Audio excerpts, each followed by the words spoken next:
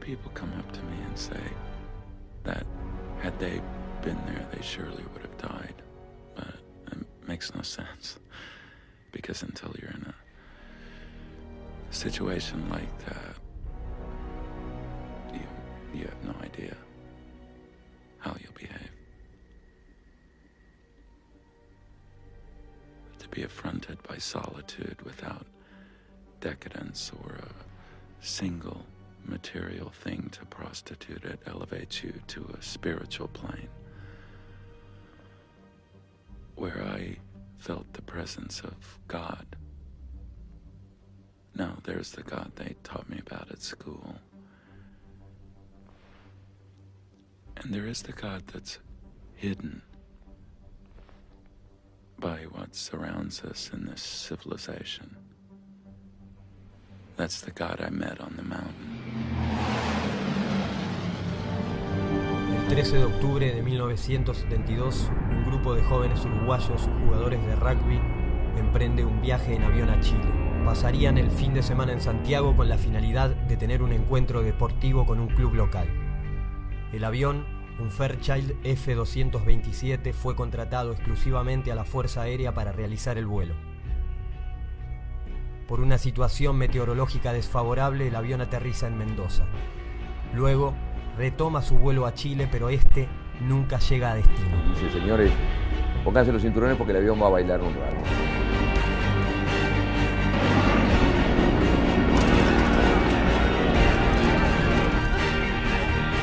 El avión se empieza a mover y de pronto un pozo de aire gigantesco que bajamos 600 metros de golpe.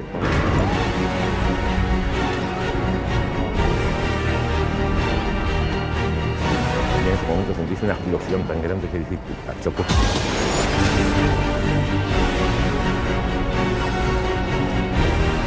Cae en una especie de pista de esquí, con tal suerte que no tocamos una sola roca. Y abrí los ojos. El otro que se clavó un fierro y no sabes qué profundidad tiene, otro que está en coma y parece que está perdido. Los ojos, los oídos y salir disparando. Pero cuando te das vuelta para salir disparando, para huir, ves que el avión no está. Lo que había atrás tuyo no está. Donde estaba mi amigo el gordo Gastón no está. Hay un gran agujero y el paisaje que se ve es nieve, nevando.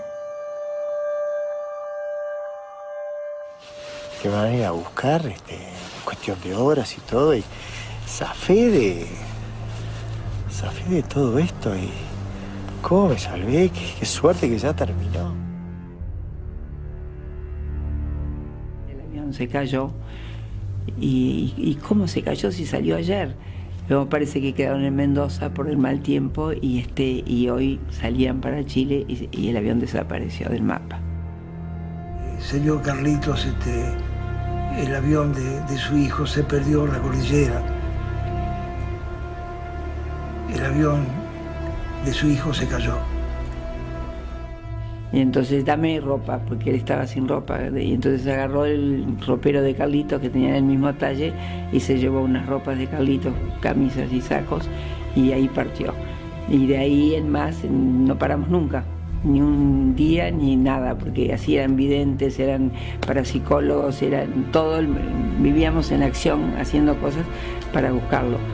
Él dijo, lo veo muy claro, dijo, es un avión blanco que nunca lo van a encontrar porque se confunde con la nieve. Hay vida y hay muerte. Ese día dejamos de sobrevivir para empezar a vivir. O sea, por supuesto que fue el peor garrotazo que recibí en mi vida cuando Nicolich me dice, Carlitos, tengo una buena noticia para darte. Yo le digo, ¿qué pasó, Gustavo? Y me dice, acabo de escuchar una radio chilena donde dicen que dieron por finalizada la búsqueda del avión uruguayo y van a venir a buscar los restos nuestros en febrero cuando vengan los de hielo. Se me empezó a pasar la idea de que íbamos a tener que buscar energía en algún lado. Carlitos acá a mi derecha, muy cerca. Digo, mira, Carlitos, yo voy a salir de acá. Para salir de acá tengo que comer. Y yo lo miré, no dije nada, porque yo también había pensado el asunto, pero me acuerdo que me quedé con esa contestación de Nando. Che, Adolfo, Nando está loco. Y Adolfo me mira y me dice, no, Carlitos, yo con mis primos ya lo pensamos.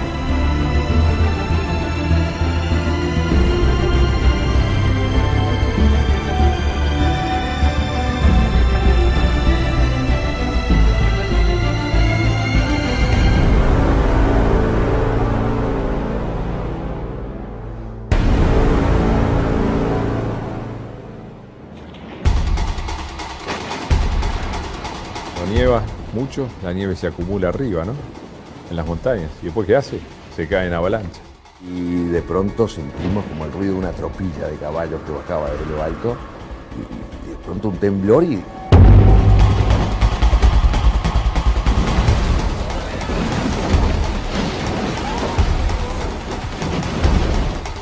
quedamos sepultados por la nieve, todos, menos Roy y yo. Empezamos a escarbar y era horrible la sensación porque sabíamos que en la medida que yo buscaba a mis amigos, había otro que se me estaba muriendo. 19 personas sin poder salir de adentro del fuselaje del avión durante 3 días.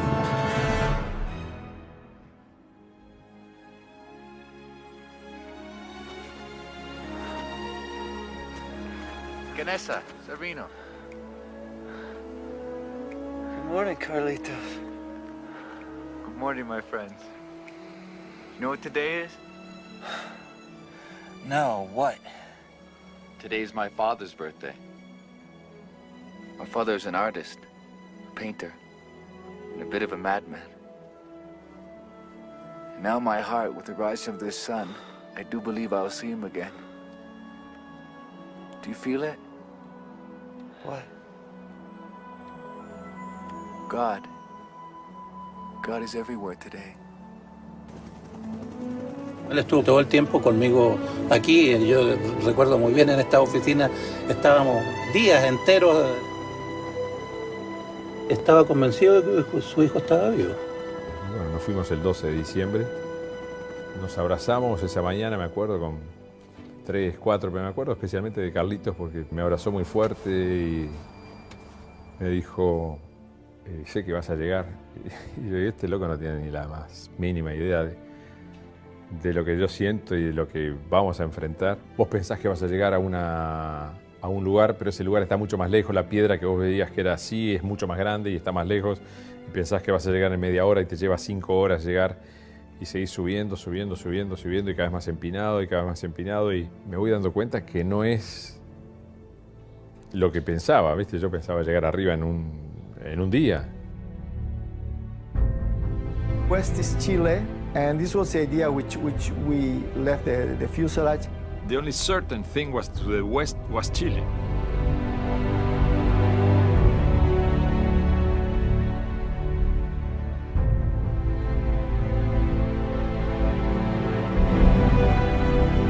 Y los vimos trepar durante 3 días, cada vez puntitos más chiquitos, todos mirando para arriba. Nosotros siempre teníamos una especie de miedo de que ellos volvieran para atrás, porque eso era que se nos cortara la ilusión. Puede caminar 20 metros, Parrado se da vuelta y vuelve hacia mí y me dice... No sé qué vamos a hacer, cuánto nos va a llevar esto. Si tienen que utilizar el cuerpo de mi familia, háganlo. O sea, no duden. O sea, la duda no les impida seguir viviendo, ¿no?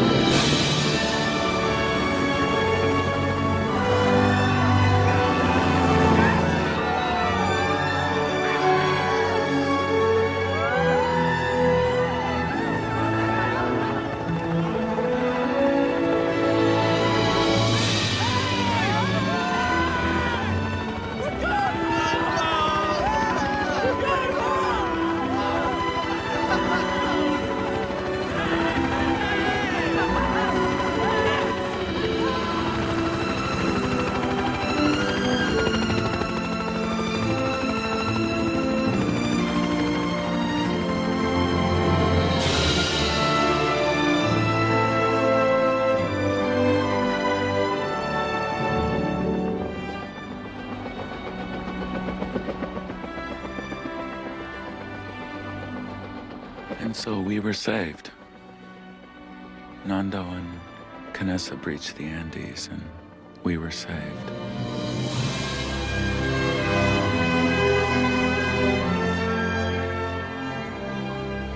There's nothing more I can tell you. We were brought together by a grand experience.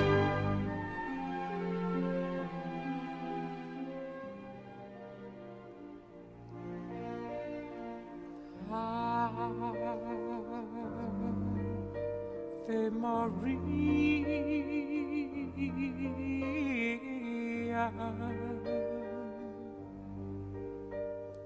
gratia plena.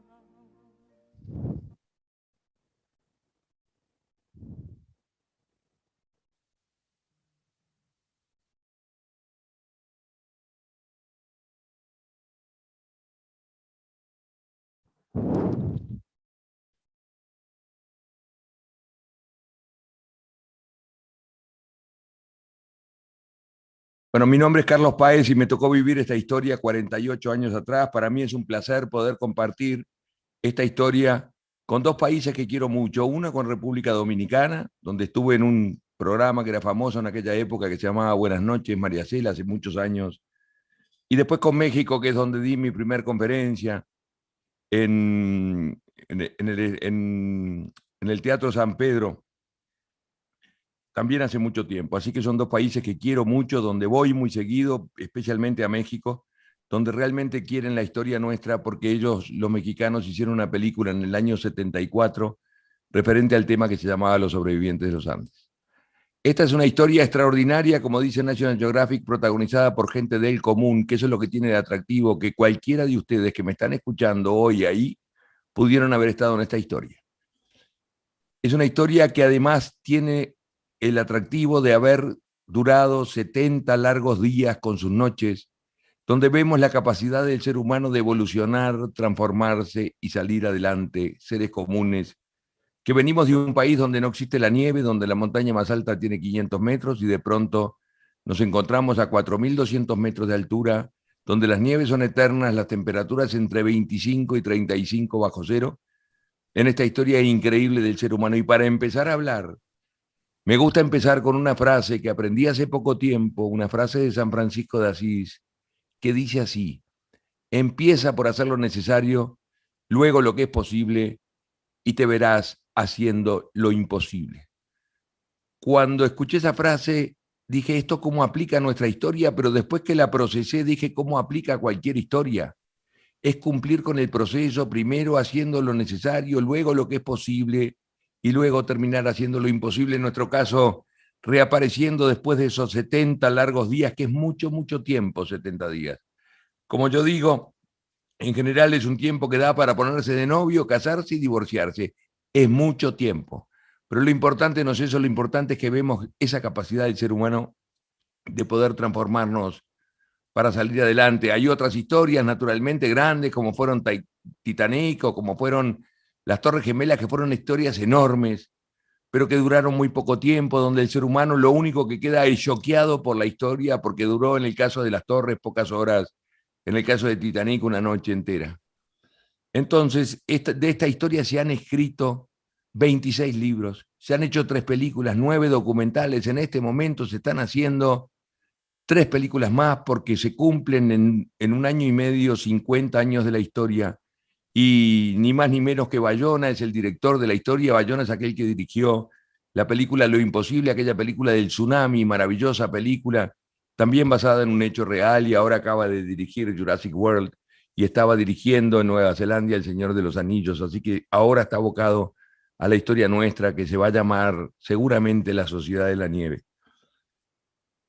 Todas las empresas, o muchas de las empresas, cuando me invitaron a dar esta conferencia en este momento, y sobre todo virtual, tratan de que yo la compare con el momento que estamos viviendo, con esta pandemia que estamos viviendo, que enseguida la relacionaron primero con la cuarentena que nosotros vivimos, porque se vivía una cuarentena en un inicio, como yo digo, una setentena, porque nosotros estuvimos 70 días. Pero después la empezaron a vincular con la incertidumbre, que es un poco de lo que se trata. La misma incertidumbre que tenemos ahora es la incertidumbre que tuvimos en los Andes. Y a mí me gustó armar esta conferencia vinculada al permanente no que tuvimos en la historia, y el gran mérito nuestro fue que al no le dijimos que sí. En este caso, en la pandemia también estamos viviendo un no permanente, no podemos salir, no, siempre es el no, y al no le tenemos que decir que sí, y tratar de evolucionar también a lo largo de este tiempo para tratar de que quede algo positivo dentro de esta historia. No solamente mirar Netflix con sus series, sino también que quede algo positivo, porque en nuestro caso, nuestra historia es un homenaje a la vida. De hecho, hoy somos más de los que salimos en aquel avión, hoy están nuestros hijos, yo tengo nietos, y creo que en esta pandemia también tenemos que de alguna manera hacer caso a los que saben, para que la vida triunfe después de todo esto, o por lo menos que haya menos vínculo con la muerte. Y para empezar a hablar del no, vamos a empezar a hablar del primer gran no, que fue el accidente. Nosotros habíamos contratado este avión para poder jugar al rugby en Chile, era conocer un país nuevo, el tipo de cambio nos ayudaba porque era la época de Allende. Yo había conseguido $70 para pasar ese fin de semana, o sea que era mucha, y con eso me daba para alquilar un hotel, alquilar un auto. Todo era alegría. Aparte era conocer un país diferente. Nosotros el viaje habitual del uruguayo es ir a Buenos Aires, Argentina, pero ir a Chile era otro viaje. Tenía el atractivo también de conocer la cordillera de los Andes, que como les dije, para nosotros los uruguayos, la montaña más alta tiene 500 metros, o sea que la nieve jamás la vimos. Entonces tenía un atractivo y salió el avión, ese vuelo charter, el pasaje nos había costado $38, el pasaje de ida y vuelta, que yo le sigo reclamando a la Fuerza Aérea Uruguaya el pasaje de vuelta, porque bueno, el avión se cayó a la ida. Y bueno, y cruzando la cordillera, en el medio de una turbulencia espantosa donde habían 2 pozos de aire gigantescos, ahí el avión choca con la panza y con el ala y se parte al medio y vuela, como lo vieron en la película, vuela la parte delantera como si fuera un trineo, con tal suerte que no tocó una sola roca, porque una sola roca que hubiera tocado el fuselaje se hubiera despedazado. Pues claro, naturalmente que atrás mío, el avión se había cortado 10 centímetros atrás mío, de atrás no quedó absolutamente nada, o sea que de 45 personas quedamos 26 vivos. Todos cuando nos subimos a un avión pensamos que el avión se puede caer, pero cuando el avión se cae, a uno le cuesta tomar conciencia de que el avión realmente se cayó. O sea que la primera cosa era tomar conciencia entre medio del caos más brutal. Como pudimos, llegamos hasta la cabina del piloto por el lado de afuera, enterrándonos en la nieve hasta la cintura. Nosotros que no conocemos el comportamiento de la nieve, no sabíamos que, y aparte la vestimenta mía era de jeans y mocasines. Así llegamos a la cabina del piloto, donde el comandante estaba muerto, el copiloto muriéndose, y lo único que decía el copiloto es: pasamos Curicó, pasamos Curicó, pasamos Curicó. Pidió agua y al poco rato murió. O sea, nos quedamos con la información de que el avión había pasado a un lugar que se llamaba Curicó, para nosotros un nombre totalmente nuevo, y nos aprestamos a pasar la peor noche que se puedan imaginar. Lo que decía Roy Harley, uno de los sobrevivientes, siempre decía que lo que él compara con el infierno fue lo que fue esa noche. Gente que, la mayoría de nosotros nunca habíamos visto un muerto. Yo tenía 18 años, era el más chico de todos. Muertos de sed, muertos de frío, muertos de miedo. Yo estaba sin mi mamá y sin mi papá, naturalmente. Yo venía de una familia acomodada, donde inclusive niñera tenía, que era la que me había hecho la valija. O sea que imagínense, era un chico malcriado, un consentido, como dicen en México, un junior. Gente que desvariaba, gente que enloquecía, muertos de dolor. Aparte las temperaturas ahí son entre 25 y 30 bajo cero. ¿Cómo le voy a explicar a uno de República Dominicana? Me acuerdo que en aquel programa de María Cela yo decía, ¿cómo le puedo explicar a alguien que no ha vivido por abajo de los 20 grados lo que son 25 bajo cero? Es imposible, estábamos a 40 grados de distancia de eso. Bueno, la noche del horror pasó y llegó el sábado 14 de octubre, y ese día pasan por arriba nuestro 2 aviones 2 veces, aviones de búsqueda naturalmente, que nosotros cuando los vimos gritamos, nos abrazamos, festejamos, convencidos de que nos habían visto. Y me acuerdo que hasta media botella de whisky nos tomamos con Roberto Canessa celebrando de que nos habían visto, y empezamos a esperar a que nos vengan a buscar. Y empezaron a pasar minutos y nadie venía a buscarnos, y empezaron a pasar las horas y nadie venía a buscarnos, y empezaron a pasar los días y nadie venía a buscarnos. Y así pasan 10 días de nuestra historia, donde la actitud nuestra era una actitud de espera, esperando a que la solución viniera del exterior, y llega el día 10 de nuestra historia. Para mí, el parteaguas de la historia sucedió aquí, y sucedió a raíz de una mala noticia que nosotros convertimos en oportunidad. Yo, de hecho, escribí un libro que se llama Después del día 10, porque es donde cambia la historia, y cambia a raíz de una mala noticia. Fíjense en que hasta ese momento nosotros estábamos esperando, pero Gustavo Nicolich había encontrado una radio, había 3 radios, y eligió la mejor, marca Spica, en aquel momento estaban de moda, y Roy Harley, estudiante de ingeniería, había diseñado una antena para poder escuchar las noticias, y había que escuchar las noticias del lado de afuera del fuselaje porque había mucha estática. Me acuerdo que nevaba horriblemente, y de pronto entra Gustavo Nicolich dentro del fuselaje y se dirige a mí, quizás porque yo era el más chico y a quien más tenía que proteger, y me dice así: Carlitos, tengo una buena noticia para darte. Digo, ¿qué pasó, Gustavo? Dice, acabo de escuchar una radio chilena donde el locutor del informativo dijo que dieron por finalizada la búsqueda del avión uruguayo y van a venir a buscar los restos nuestros en febrero cuando vengan los deshielos. Yo le digo, pero ¿cómo buena noticia, hijo de tu madre? ¿Cómo buena noticia? Él me mira a los ojos, me agarra del cuello y me dice, ¿sabes por qué es buena noticia? ¿Por qué? Le digo yo caprichosamente. Me dice, porque ahora dependemos de nosotros y no de los de afuera. Yo le digo, pero ¿cómo dependemos de nosotros si nosotros no tenemos recursos? Me dijo, Carlitos, tenemos que encontrar nuestros propios recursos. Yo creo, señores, que las historias son las historias, y sobre todo como uno procesa las historias, pero les puedo decir que mirando para atrás, por el espejo retrovisor 48 años para atrás, a ese momento les puedo decir que qué razón tenía mi amigo Nicolich cuando me dijo que era una buena noticia, porque ese día dejamos de esperar, pero empezamos a actuar. A ver si me entienden el concepto. Hasta ese día esperábamos a que nos vinieran a buscar, y de ahí en adelante la historia pasó a ser nuestra historia. Porque nosotros salimos a buscar los helicópteros, nosotros salimos a buscar la ayuda. Hace 8 años sucedió una historia que la prensa del mundo entero se empecinó en comparar con la nuestra, que fue la historia de los mineros en Chile, que tienen algunos puntos en común. Las 2 historias fueron en Chile, los mineros chilenos aparecieron el 13 de octubre, que fue el día que nosotros nos caímos. Las 2 historias duraron lo mismo, 70 días, pero tienen una gran diferencia. En el día 14 todos, ustedes, nosotros, todos nos enteramos de que los mineros estaban con vida, y en el caso nuestro, en el día 10 nos enteramos de que el mundo entero, porque así lo vivíamos, el mundo entero nos había dado vuelta a la espalda, nos daba por perdidos. O sea que, porque el ser humano es tan arrogante que se cree que cuando a uno le pasan cosas el mundo se detiene. De hecho, este libro, que se llama Después del día 10, se iba a llamar Gira, gira, como el famoso tango de Gardel. ¿Por qué? Porque yo no podía comprender que el mundo seguía girando. Fue un golpe brutal a nuestra arrogancia. Cada vez que nos la creímos, Dios nos pegó un garrotazo, Nosotros escuchábamos las noticias de que el ser humano llegaba a la luna, de que se seguía jugando al fútbol y el mundo seguía andando, que en realidad, hoy por hoy lo tomo como un aprendizaje.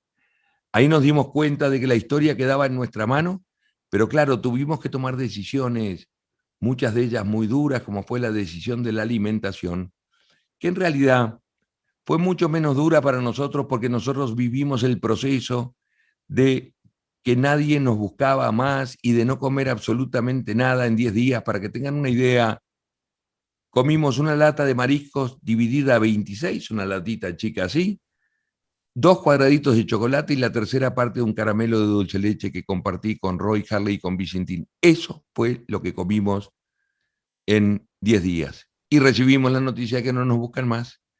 Y empieza a surgir en todos al mismo tiempo la única idea posible, que era la de alimentarnos de nuestros compañeros muertos, porque no hay otra posibilidad. En los Andes no hay nada, es nieve, rocas y el fuselaje. Pero claro, todos empiezan a tener la misma idea, pero nadie se anima a comunicarlo. Yo el primer comentario se lo siento a Nando Parrado. Yo me iba en una expedición a tratar de encontrar la cola del avión. Y cuando me voy le digo, Nando, no queda nada en la despensa. La despensa era un bolchito donde guardábamos esa lata de mariscos. Y Nando me mira a los ojos y me dice, Carlitos, yo me como al piloto. Quizás un comentario natural, porque el piloto era el desconocido y de alguna manera lo hacía responsable de todo lo que estábamos viviendo. Yo lo miré, no dije nada y me fui en esa expedición. Y miren un acto de cobardía mío, cómo le planteo las cosas a Adolfo Strauch, que venía conmigo. Yo había pensado que la solución era por ahí, pero yo quería ver qué decían los otros. Entonces, la única manera que yo tenía era inculparlo a Nando y le digo a Adolfo, Nando está loco de remate, se quiere comer al piloto. Y Adolfo me dice, no, Carlitos, no está tan loco, yo con mis primos ya lo pensamos. Y ahí nos dimos cuenta de que era una idea generalizada, que cuando llegamos a esa expedición nos juntamos, bueno, no nos juntamos porque estábamos todo el día juntos, pero bueno, hablamos del tema y créanme, señores, que no ofreció resistencia alguna. Fue mucho más simple de lo que la gente se cree. La primera cosa que hicimos fue un pacto solemne entre todos nosotros, que si alguno de nosotros moría quedaba a disposición de los demás. Y la segunda cosa que hicimos fue encomendarle a los estudiantes de medicina, que eran 3, que eran Canesa, Servino y Storm, que se supone que algún contacto con la muerte tenían, que se ocuparan del asunto, y se ocuparon y resolvimos de un plumazo uno de los temas que teníamos que resolver. El hecho de tomar la decisión de alimentarnos de nuestros compañeros muertos nos abre la posibilidad de poder empezar a pensar en salir de los Andes, que de otra manera era imposible. Es más, uno de los aprendizajes que yo tuve cuando uno toma una decisión, equivocada o no, pero se abre una oportunidad. El hecho de tomar esa decisión nos abre la oportunidad de poder empezar a pensar en salir de los Andes, que de otra manera era imposible. Y ahí, tomada la decisión, empezamos a cranear una expedición. No sabíamos de cuántos debería ser, si de 2, de 3, de 4, de 6. Pero ¿qué pasaba? Nevaba horriblemente. El año 72 fue el peor año de nevadas en los últimos 50 años. Hace poco lo revisé en internet. Y llega el fatídico día 16. El fatídico día 16 fue para mí el peor día de nuestra historia. Nosotros estábamos dentro del fuselaje, 26 personas, y de pronto sentimos que de lo alto bajaba una especie de tropilla de caballos y un ruido, un temblor, y de pronto toneladas de nieve que se nos meten adentro del fuselaje y nos sepultan a todos por adentro y por afuera. Quedamos totalmente sepultados, una avalancha gigantesca que nos sepulta. Fue tan grande que los únicos que quedamos con la cara descubierta fuimos Roy Harley y yo. Puede salir Roy, salgo yo, y desesperadamente empezamos a escarbar, a tratar de sacar a los que pudiéramos. Yo, de hecho, quise sacar a mis 2 amigos que estaban enfrente mío. Los 2 estaban muertos cuando llegué a ellos, y empecé a escarbar otros, a sacar a los que pudiera. Roy lo mismo. Nos poníamos un encendedor debajo de la mano, la nieve te quema como si fuera ácido. Y miren, para hacer una historia larga, porque murieron 8 personas, para hacerla corta, yo, buscando a la única mujer viva que había quedado hasta el momento, que era la mujer de Javier Metol, me encuentro con la cabeza de Nando Parrado, que había logrado sobrevivir abajo de la nieve porque le vino a la cabeza un artículo de aquella revista, Selecciones del Reader Digest, que decía que debajo de la nieve se puede respirar en la medida que se respire con mucha calma, porque la nieve tiene poros y dentro de los poros tiene aire, y eso lo mantuvo con vida hasta que llegó mi mano. ¿Y por qué les hago este cuento? Porque es esa interacción que tienen los grupos o los equipos. El hecho fíjense que el hecho de que yo lo destape a Parrado es lo que permite que después Parrado nos saque a todo de esta historia. La avalancha, fíjense que nosotros estuvimos 3 días allá adentro, inclusive yo cumplí 19 años, la avalancha fue el 29 de octubre, el 31 de octubre yo cumplí 19 años, ahí sepultado por una avalancha, 4.200 metros de altura. Y el 1 de noviembre, después de 3 días, nosotros intentábamos salir por la cabina del piloto porque del otro lado era imposible. Finalmente, el 1 de noviembre, pudimos retirar la ventana de la cabina del piloto y a mí lo que me motivaba es que era el cumpleaños de mi padre. Mi padre es un personaje, muchos de ustedes sabrán quién es, un pintor famoso, el Siqueiros mexicano o el Botero colombiano. Era en el Uruguay, él murió hace 6 años, pero había unas fechas que él siempre respetaba, que era volver de donde él viajaba, del África o de la Polinesia, para celebrar los cumpleaños, y eso fue lo que me motivó a que ese día pudiéramos retirar la ventana y salimos al techo del avión. En el video que ustedes vieron aparece el avión totalmente tapado, pero yo salimos al techo, me acuerdo que era un día espléndido y el único objetivo mío era salir a saludar a mi padre. Y ustedes me dirán, ¿qué sentido tiene que yo salga al techo a saludar a mi padre si mi padre jamás se va a enterar? Y a mí qué me importa el sentido que tiene. Miren, señores, yo me hice amigo de los símbolos en la cordillera y después en la vida, y verán cómo al final de esta historia los símbolos empiezan a encajar como si fuera un rompecabezas y empieza a tener un sentido real y concreto. La avalancha vuelve a cambiar la historia. Y para encontrar lo positivo dentro de lo negativo, miren qué horrible lo que les voy a contar. Lo único que tuvo de positivo la avalancha fue que rompió con los pequeños grupos. Nosotros éramos 5 amigos inseparables, quedamos 3. Otros eran 4 amigos inseparables, quedaron 2. Otros eran 3 amigos inseparables y quedó 1. Y de la avalancha en adelante, al romperse los grupitos chicos, no hubo más remedio que fusionarnos en un solo grupo, y nuestra historia se convierte en una de las historias más notables de trabajo en equipo, y empezamos a convertirnos de a poco en una especie de máquina para vivir, con lo que aportaba uno, con lo que aportaba otro, no por conocimiento, porque nosotros, como les dije, no conocíamos nada de la nieve, simplemente por un mínimo de cultura. Y ahí empezamos a trabajar para que Parrado, Canessa y Vicentín, que eran los designados a salir a caminar, salgan adelante. Y así pasa 1 mes y medio de la historia. Ellos encuentran la cola del avión, tienen que volver, no podemos hacer funcionar la radio, que era lo que queríamos, porque estaba el aparato de radio, va delante del avión y las baterías van atrás. Roy Harley, que era el estudiante de ingeniería, intentó unirlas, pero fue imposible. Así que otra vez la frustración, siempre el no estuvo presente, pero nosotros al no le dijimos que sí. Finalmente llega el día 60, el día para mí, donde sucede el hecho heroico de nuestra historia, y sucede en el momento de la despedida, cuando salen a caminar Parrado, Canessa y Vicentín en lo que fue la expedición final, y salen a caminar, inclusive llevaban un bolso de dormir que lo había confeccionado yo mismo, porque yo, que era un chico que no servía para nada, de pronto a lo largo de la historia, hasta tuve la idea de hacer un bolso de dormir, encontré una tela de esas acolchadas, y me puse a coser un bolso de dormir para 3 personas, que fue el orgullo mayor de las cosas que he hecho en mi vida, porque fue mi aporte a las noches más heladas. La cordillera no es broma, señores. Hace 10 años en Antuco, Chile, 42 chilenos en una sola noche murieron congelados, o sea que no es broma. Por eso digo que mi aporte, mi transformación, mi evolución de ese chico que para nada servía, ese chico de niñera, y hablo de lo mío porque, bueno, esta es mi conferencia, cada cual hablará de lo que evolucionó.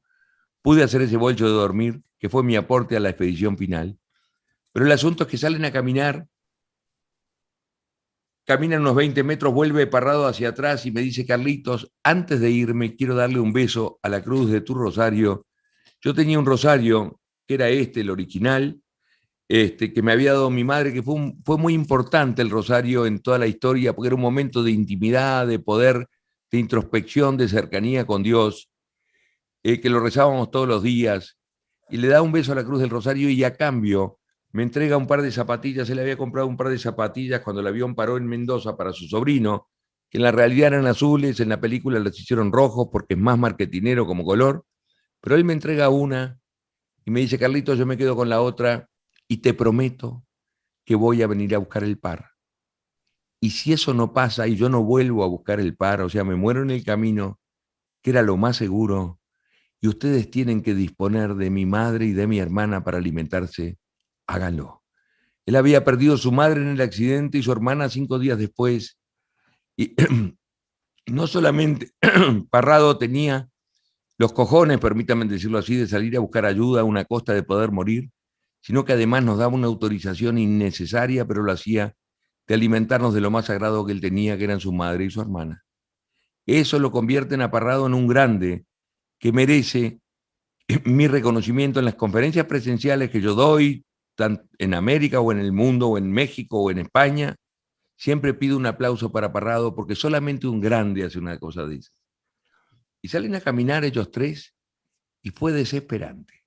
Lo que ellos pensaron subir en un día demoraron 3 días. Durante 3 días los veíamos subir la montaña, 3 puntitos chiquititos, y al tercer día vemos que uno de esos puntitos bajaba y naturalmente, ante tanta historia negativa, nosotros dijimos, bueno, los otros 2 se han muerto y fuimos al encuentro. Demoró 3 horas en bajar lo que habían demorado 3 días en subir, y cuando llegamos a él, era Vicintín, que venía con la noticia de que habían llegado hasta la cima de la cordillera. Cuando miraron hacia el otro lado, en vez de encontrar los verdes prados chilenos, que era lo que suponíamos que tenía que haber, se encontraron con un panorama patético y desolador, que eran montañas y más montañas y más montañas. Y ahí tomaron la decisión, Parrado y Canessa, de quitarle la comida que tenía él y su ropa, porque claro, les habían demorado más de lo que ellos pensaban, y lo mandaron al fuselaje con un mensaje a todos nosotros de que ellos dos iban a seguir adelante aún hasta morir. Eso, señores, se llama actitud. Eso se llama actitud, porque ellos podían haber tomado el camino del atajo, el camino más simple, que era volver al fuselaje donde más o menos estábamos con vida, pero íbamos a terminar muriendo. Pero ellos prefirieron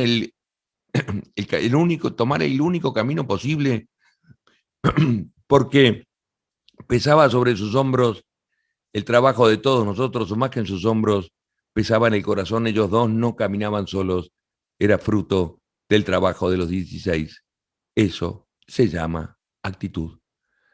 Y pasan los 10 últimos días de la historia, día 70, yo estaba abrazado a José Luis Inciarte, llorando desesperadamente, una historia que no se resolvía. 70 días habían pasado, 10 días que habíamos perdido contacto con Parrado y con Canessa, seguramente se habrían muerto. Yo lloraba desconsoladamente, y de pronto, y no sé por qué causa, qué mecanismo psicológico hizo que yo pasara de la depresión a la euforia, y tengo una especie de premonición de que Parrado y Canessa habían llegado a algún lado. Y me pongo contento, pero no me animo a decirlo porque vieron que las buenas noticias no se comparten. Media hora más tarde, Daniel Fernández se despertaba y me dice: Carlitos, acabo de soñar de que Parrado y Canessa han llegado a algún lado. Y le digo: yo tengo la misma sensación. Y prendimos la radio Espica. Y la primera noticia, hablaban del avión uruguayo, pero no solamente eso, sino que estaban entrevistando al embajador uruguayo, César Charlone, que estaba en el aeropuerto de Pudahuel, en Santiago de Chile. Y él decía en el reportaje: señores, debo decir que es oficial que han aparecido Fernando Parrado y Roberto Canessa.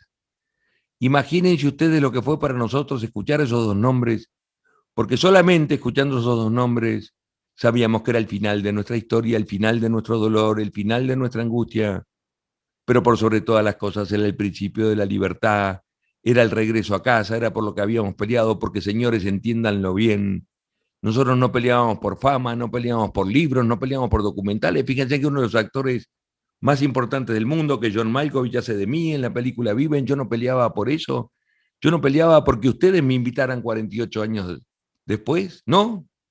Nuestra lucha era más simple porque la escala de valores cambia abruptamente y uno empieza a darle valor a las pequeñas, grandes cosas que son las que le dan el verdadero sentido a la vida, como es la familia. Yo peleaba para volver a casa con mi mamá, con mi papá, con mis hermanas, con mi perro. Esa era mi lucha. Pequeñas, grandes cosas que son las que le dan el verdadero sentido a la vida. Así que ahí, y en ese momento, el embajador dice, no solamente eso, sino que además despido a los helicópteros que van a buscar a Parrado y Carenza para que sean ellos los que los conduzcan a la montaña. Y sentimos por radio ese ruido maravilloso de los helicópteros despegando, tan maravilloso que acá en la portada de mi libro yo puse una cruz roja.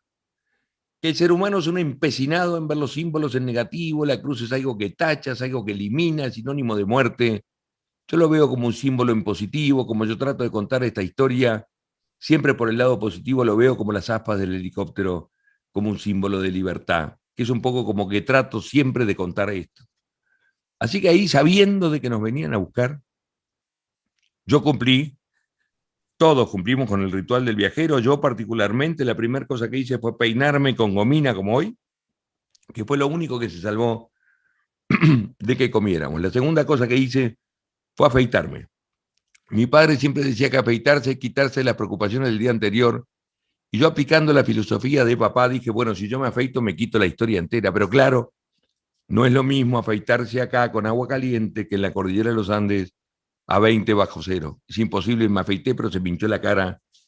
Y la tercera cosa que hice fue hacer mi valija. ¿Qué era mi valija? Mi valija era un pantalón que yo le hacía 2 nudos.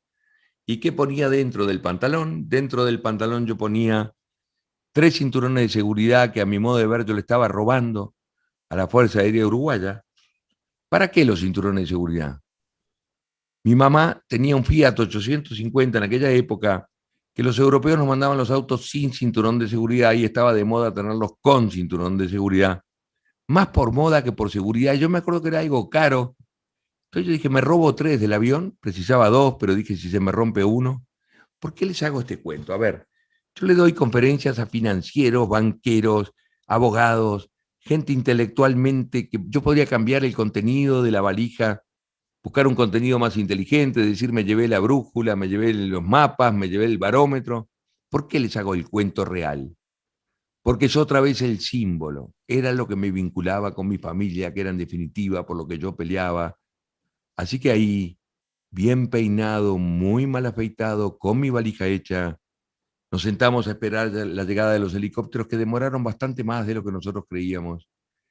Y de pronto, mirando ese valle donde nunca habíamos visto nada, absolutamente nada, empezamos a sentir en la lejanía ese ruido, que cuando ustedes vean un helicóptero se van a acordar de mí, pues se siente de muy lejos, sobre todo si hay montañas al lado, que se empezaba a acercar, y de pronto irrumpen en ese valle, donde nunca en 70 días habíamos visto nada. Aparecen esos 2 divinos pájaros. Yo lo veía como 2 divinos pájaros. Nuestra lucha había sido tan humana que no los podía ver como algo mecánico, que se aproximaban hacia nosotros y empiezan a dar vuelta alrededor nuestro. Me imagino lo que debe haber sido para los pilotos habernos visto a nosotros. De hecho, esa fotografía que estamos con los brazos en alto es una de las fotografías más importantes del siglo, y empiezan a dar vuelta y empiezan a bajar. Y de 5 metros de altura se descuelgan 3 personajes del Cuerpo de Socorro Andino chileno, que cuando cae uno sobre la nieve, Sergio Díaz se llamaba, empieza a gritar mi nombre. ¿Quién es Carlitos Páez? ¿Quién es Carlitos Páez? ¿Quién es Carlitos Páez? Yo digo, ¿y este personaje de dónde me conoce? Yo me había caído en un lugar que no sabía ni qué, y aparece desde el cielo gritando mi nombre, y le digo, ¿soy yo?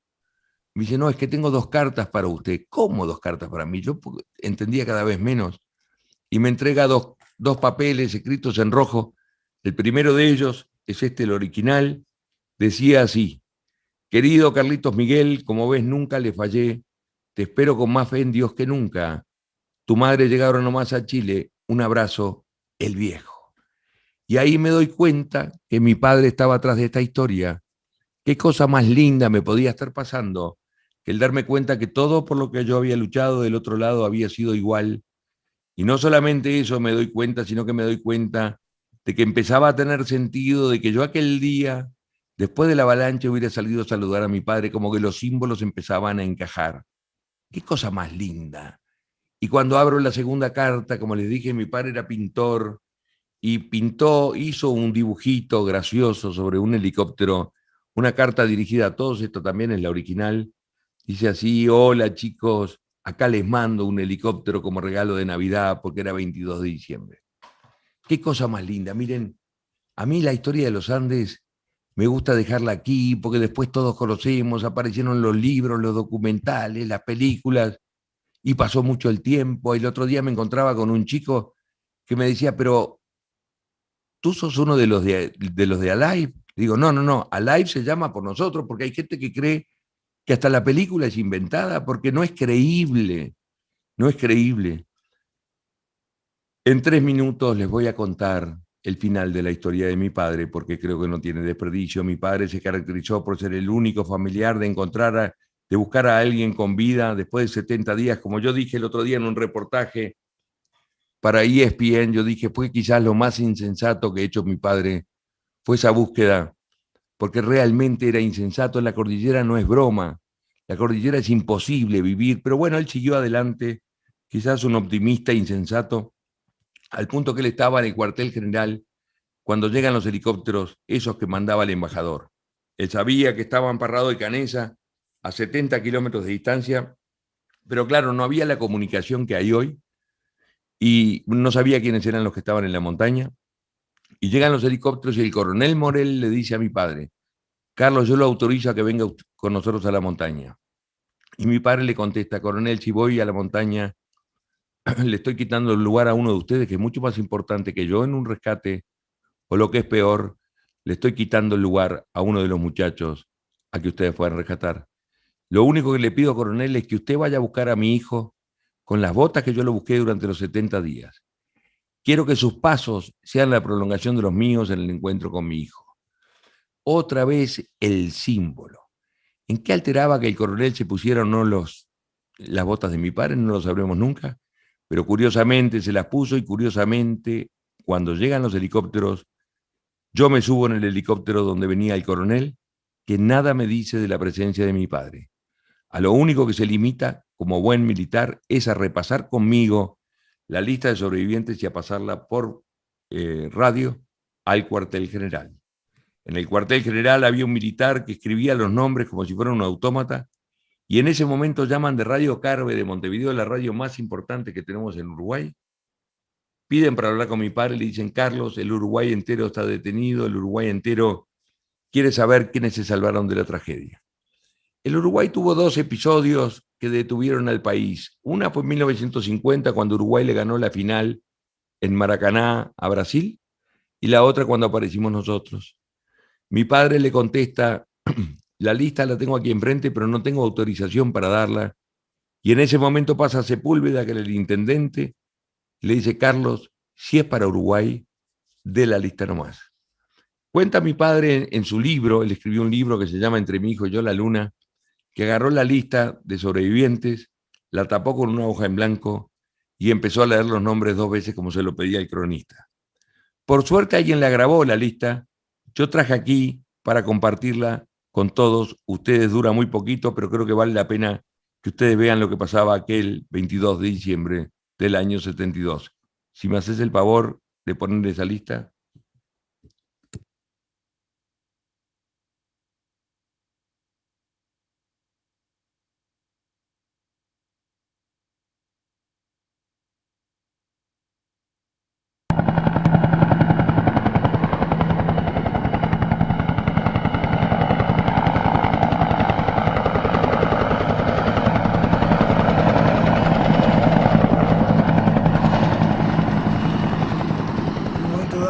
Teléfono y dicen Radio Carve de Montevideo.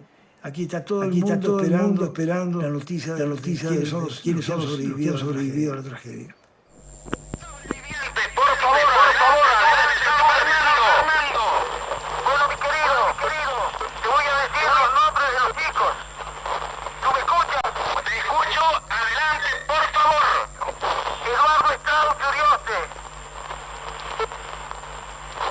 Reitéramelos 2 veces cada nombre, por favor. 2 veces cada nombre. Eduardo Strauss. Antonio Vicentín.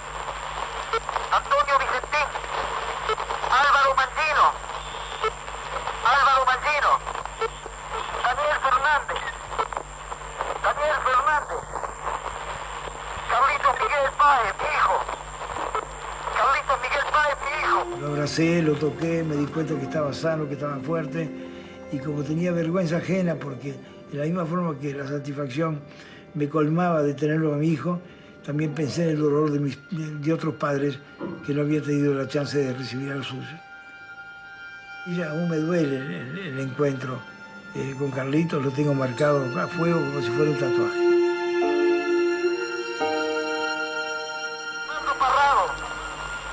Fernando Parrado. Roberto Caneta. Roberto Caneta. Adolfo Strauch. Adolfo Strauch.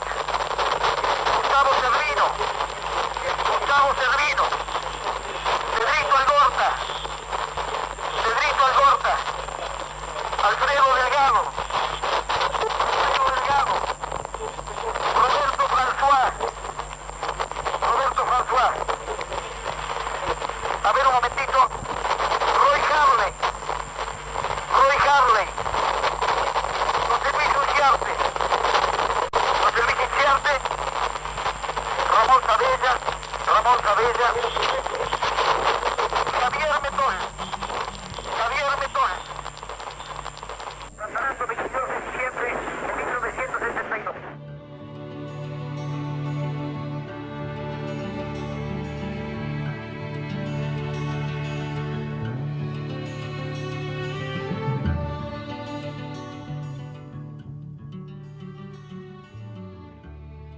A mí me gusta terminar este video con esta fotografía donde están los sobrevivientes, pero también están los hijos de los sobrevivientes y algunos nietos. Ustedes no me habrán visto dar mensajes ni consejos a lo largo de toda esta historia, porque creo que los mensajes y los consejos son patrimonio de la arrogancia, y a mí Dios me enseñó que el camino era por el lado de la humildad, que es sin duda la segunda gran palabra que tiene esta historia. Actitud y humildad, que aunque les parezca mentira, van de la mano. Pero sí puedo hacer una cosa con todos ustedes, y es convocarlos a que miren para atrás a sus propias cordilleras, porque aquí cada uno de ustedes tiene su propia cordillera. No es la mía más importante que la de ustedes. Esta tiene mucho marketing, mucho libro, mucha documental, mucha publicidad. No hay un dolorímetro ni un angustiómetro para medir el dolor o la angustia. Cada cual tiene su propia historia. De lo que se trata es de mirar para atrás por el espejo retrovisor a nuestras historias, pero para ir para adelante, buscando lo positivo dentro de lo negativo, haciendo que las cruces se conviertan en aspas de helicópteros, que es un poco la manera como yo veo esta historia.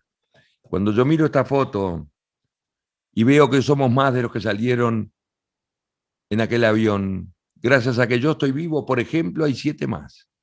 Entonces, como les decía hoy al principio, es una especie de homenaje a la vida.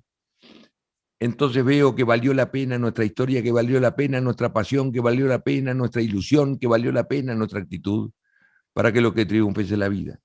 Yo los convoco a que miren para atrás a sus propias cordilleras, no importa el grado de dolor que haya sido, pero para encontrar lo positivo, para ir para adelante.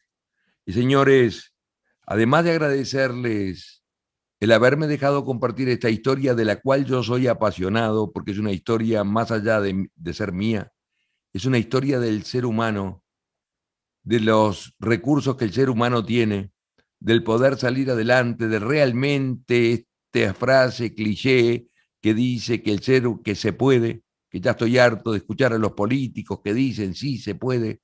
En esta historia les puedo garantizar que sí se puede. Si yo pude, ese chico malcriado y consentido de niñera, pudo salir adelante, les puedo decir, les puedo garantizar que el ser humano puede. Se trata de encontrar nuestros propios recursos, se trata de agarrar el toro por las guampas y hacer que las cosas pasen, porque nosotros no dejamos que las cosas pasen, nosotros hicimos que las cosas pasen. Cuando vienen y me dicen los helicópteros los encontraron, le digo no, nosotros fuimos a buscar los helicópteros. Es un poco de lo que se trata, de hacer que las cosas pasen. Señores, yo dejo este espacio libre para que me hagan la pregunta que quieran. Yo no sé si las hicieron por escrito o lo que fuera, pero creo que pueden preguntar y con mucho gusto les voy a contestar. Yo siempre digo que si tuviera un sobreviviente del Titanic adelante, yo le haría 1000 preguntas, pero bueno, ese soy yo, así que yo dejo abierto para que ustedes me hagan la pregunta que ustedes quieran. Hola Carlos, Pepe Escalante a nombre de los colaboradores. Tengo algunas preguntas que han ido llegando. No sé si me Buenísimo. escuchas. Nada más. Buenísimo, sí te escucho. Sí, es un comentario. No revelo quién lo dice por temas de confidencialidad de los compañeros, pero Ok. alguien comenta que esta historia se parece a lo que estamos viviendo. Bueno, Es- naturalmente, yo hice una comparación naturalmente de la lucha permanente que tenemos contra el no, la incertidumbre que estamos viviendo, las cuarentenas que estamos viviendo. En aquel momento éramos los únicos que nos había tocado una cuarentena de ese tipo. Hoy por hoy es la humanidad entera, pero de lo que se trata es de encontrarle también lo positivo a todo esto, porque tiene sus cosas positivas, para salir adelante, para tener la paciencia, para poder echar para adelante, para salir de todo esto y salir con más vida, que es un poco de lo que se trata. Buenísimo. Nos pregunta otro colaborador, mi estimado, ¿qué rol juega la fe en esta situación? Bueno, fundamental. La fe fue fundamental. Nosotros, de hecho, como yo dije, el rosario fue importantísimo. Nosotros, como lo dice al principio de la película, que son palabras mías, John Malkovich, hay un Dios que es el que nos enseñaron en el colegio y hay un Dios que aparece cuando uno no tiene nada, que es ese Dios que está perdido en las montañas, que apareció tangible y concreto. Yo realmente me encantaba el titular de la prensa chilena, del diario El Mercurio, que decía así: Dios era el copiloto. Nosotros, también es verdad de que Dios no resolvió la historia. Dios nos dio las herramientas para resolver la historia. O sea que Dios puso un poco y nosotros pusimos el resto. Yo no lo veo como milagro, lo veo como milagro al hombre que está hecho de tal manera capaz de poder resolver estas historias. Así es como yo lo veo. Súper interesante y estoy de acuerdo contigo. Nos pregunta otro colaborador, ¿cuál es su consejo para mantener la positividad frente a la adversidad y mantener el optimismo de supervivencia? Bueno, naturalmente que el grupo no solamente sirve para logros materiales, sino que sirve para logros espirituales. Yo aprendí en los Andes que el hecho de compartir el dolor hace que el dolor sea menos dolor, y cuando uno comparte la alegría, hace que la alegría sea más alegría. Muchas veces me caí, muchas veces se cayeron otros, pero el grupo te ayudaba a salir adelante, a pensar en que lo que vos tenías por delante era volver con tu casa, que era por lo que peleábamos. O sea que es el compartir el dolor, el compartir la alegría, es de eso que se trata, pero se trata de, como yo tengo una frase, no somos machos, pero somos muchos.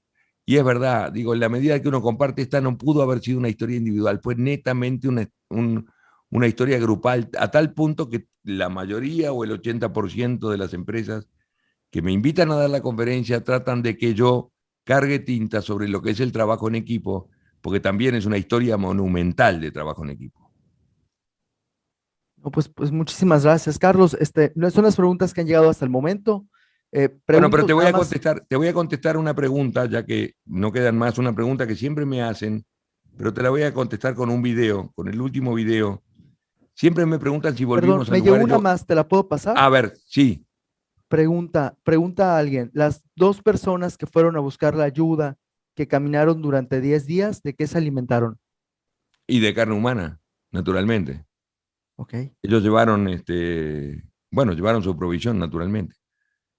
Te iba diciendo de que, bueno, que en este video todo el mundo me pregunta si volvimos a los Andes. Yo volví 3 veces, una vez con 11 sobrevivientes, otra vez con Discovery Channel, que se hizo un documental, y otra vez, la última vez, hace 2 años, con mi familia, con mis 2 hijos, 4 nietos y como 100 personas más, porque el lugar va mucha gente, va muchas empresas al lugar para ver cómo le hicimos. Y bueno, se grabó un video que yo lo voy a compartir con ustedes ahora, y me despido agradeciéndoles de que me hayan dejado compartir esta historia. Como les dije, yo soy un apasionado. Me encantaría un día poder ir a República Dominicana o a México o a Mérida, donde estuve varias veces, para compartir esta historia presencialmente, porque siempre es mucho mejor la manera presente, pues la gente también te cuenta también cómo son sus propias cordilleras. Señores, los dejo con este video y les agradezco de corazón. ¿Te puedo interrumpir una más? Creo ¿Cómo que no? me acaba de dar una última que creo que Dale. es ¿qué consejo nos das para nosotros superar nuestros Andes? No te doy ningún consejo, porque como te dije, los consejos y los mensajes son patrimonio de la arrogancia. Simplemente creo que es el mirar para atrás, pero para ir para adelante, tratando de convertir las cruces en aspas de helicóptero, tratando de ver el lado positivo, que todas las historias lo tienen. Yo sé que están viviendo una cordillera muy pesada, todos estamos viviendo otra cordillera, pero bueno, de lo que se trata es de mirar para atrás, ver para adelante y con mucha fe y esperanza para poder salir adelante y compartiendo. Los dejo con este video. Gracias, chicos. Muchas gracias.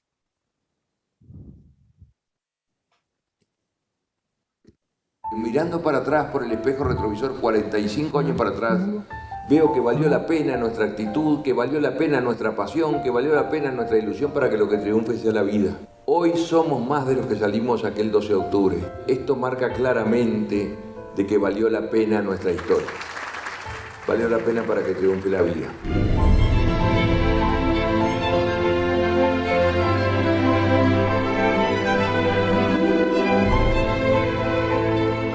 Ahí están los picos donde pegó el avión.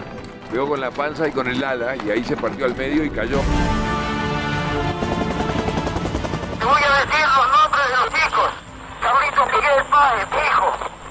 Carlitos Miguel Páez, mi hijo. En la cordillera no es probable y no es posible de que quede alguien vivo, y menos después de un accidente de avión y encima 70 días después.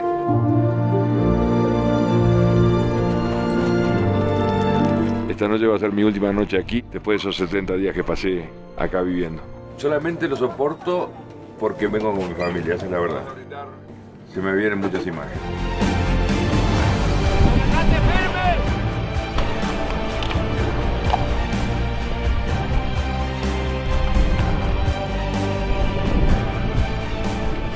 El recorrido va a llevarnos hasta el campamento base, unas 7-8 horas de cabalgata y el día siguiente 7-8 horas más hasta el memorial.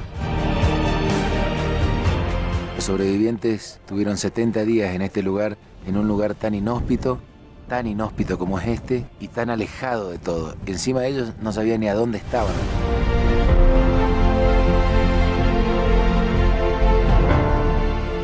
Impresionante haber llegado acá donde cayó mi viejo. La verdad, espeluznante. La verdad que es una cosa de locos este lugar. Vine en plan agradecimiento absoluto. Me siento un milagro yo por existir gracias a esto. Está nevando. Qué curioso, nevando con sol. Padre nuestro que estás en los cielos, santificado sea tu nombre. Venga a nosotros tu reino. Hágase tu voluntad en la tierra como en el cielo. Danos hoy nuestro pan. No puedo creer lo que vivió ese Carlitos de 18 años, sin ropa, sin absolutamente nada, mucho más flaco. Pero bueno, como digo, yo soy parte de esta locura, una locura del ser humano, una locura de Dios.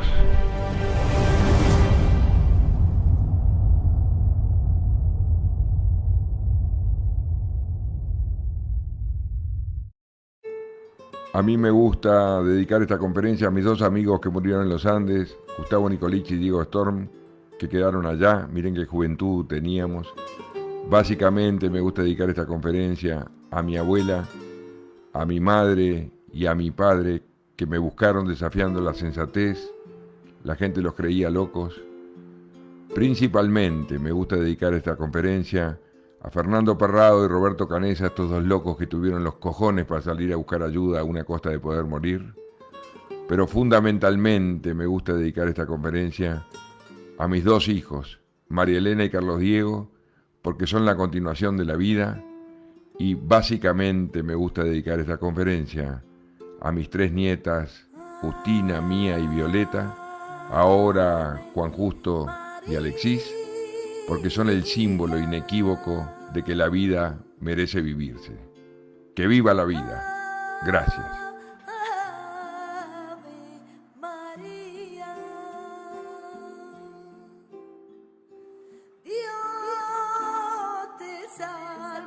Eduardo, para mí fue realmente un placer poder compartir esta historia con ustedes. Sé que ustedes querían decirme algo al final.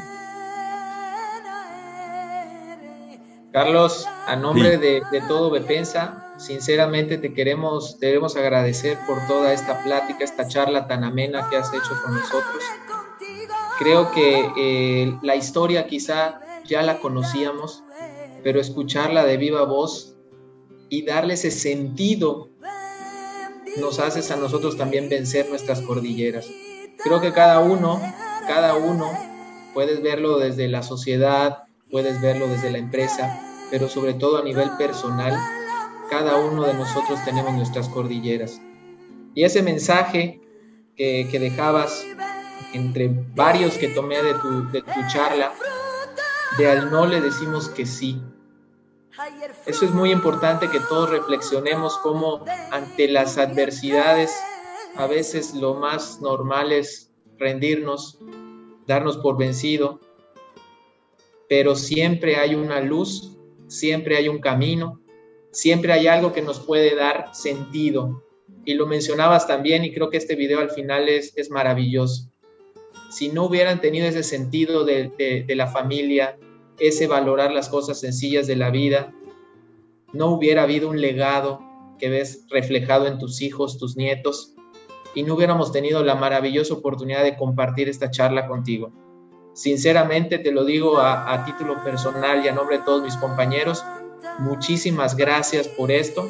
Quizá nos hubiera encantado que fuera presencial y hubiera sido una experiencia mucho más enriquecedora, pero créeme que el mensaje nos ha llegado y nos ha calado profundo a todos, y sinceramente te damos la enhorabuena. Sigue adelante, sigue transmitiendo ese espíritu de humanidad, y que demostremos que a todos nos puede pasar cosas diferentes a las que, haciendo frente con ese optimismo y con esa actitud y esa humildad que nos has dado ejemplo, podemos salir adelante.